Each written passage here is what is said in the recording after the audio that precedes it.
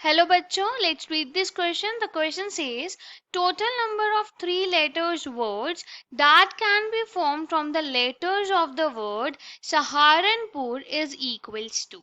इस क्वेश्चन में हमें एक वर्ड दिया है सहारनपुर और हमें बोला है कि उससे हम थ्री लेटर वर्ड बनाएंगे एंड हमें उसके टोटल नंबर ऑफ वर्ड्स बताने कि कितने ऐसे वर्ड्स बन जाएंगे.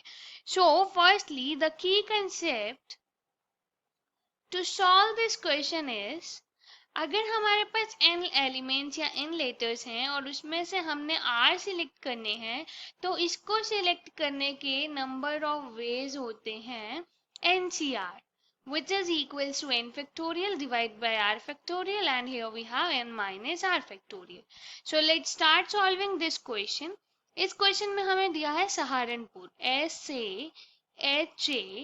SAHARAN PUR पुर.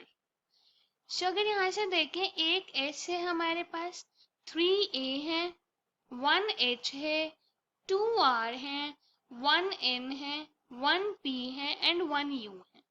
बाकी सब कुछ तो 1 है A एंड R को छोड़ के. सो हमारे जो केसेस बनेंगे वो A एंड R के बेसिस पे बनेंगे.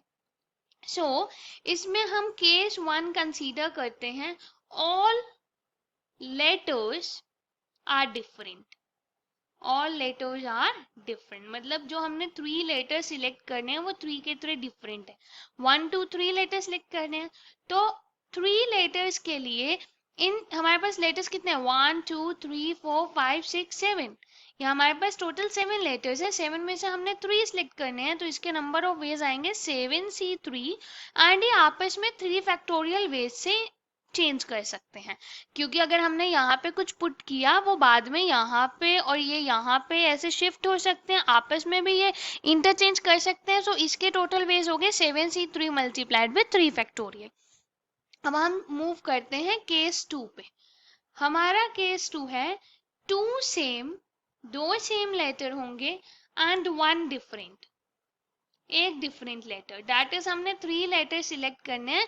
सो अगर हमने कहा ये और ये सेम है तो एक यहाँ पे ये डिफरेंट बचेगा. सो इन दोनों को सिलेक्ट करने के लिए दो सेम लेटर सिर्फ या तो A में से हो सकता है या R में से क्योंकि बाकी सारे तो 1 1 है. तो इसमें से हमारे पास 2C1 आएगा कि हमारे पास 2 ही चॉइसेस है जिसमें से हमने एक सिलेक्ट करना है. और इस लास्ट वाले लेटर को सिलेक्ट करने के लिए हमारे पास कितनी चॉइसेस बचेंगी. अब अगर मान लो हमने A को दो सेम लेटर्स ले लिया तो बाकी हमारे पास कितने बचे 6. सो यहाँ पे आएगा 6C1 और ये आपस में कितने वेज से अरेंज होंगे 3 factorial divide by 2 factorial. 2 factorial क्यों, क्योंकि दो चॉइसेस सेम है. सो यहाँ से आएगा this is 2C1 multiplied 6C1 which is equals to 3 factorial divide by 2 factorial is 3. अब हम देखते हैं अपना केस 3. केस 3 में हम कह रहे हैं 3 same.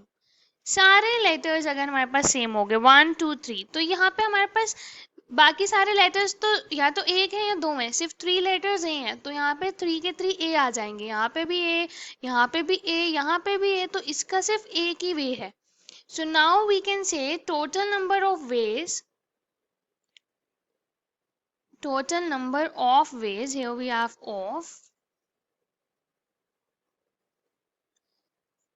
is equals to, first वाले केस में थे 7C3 multiplied with 3 factorial plus second case में हमारे पास था 2C1 multiplied with 6C1 multiplied with 3 plus 1.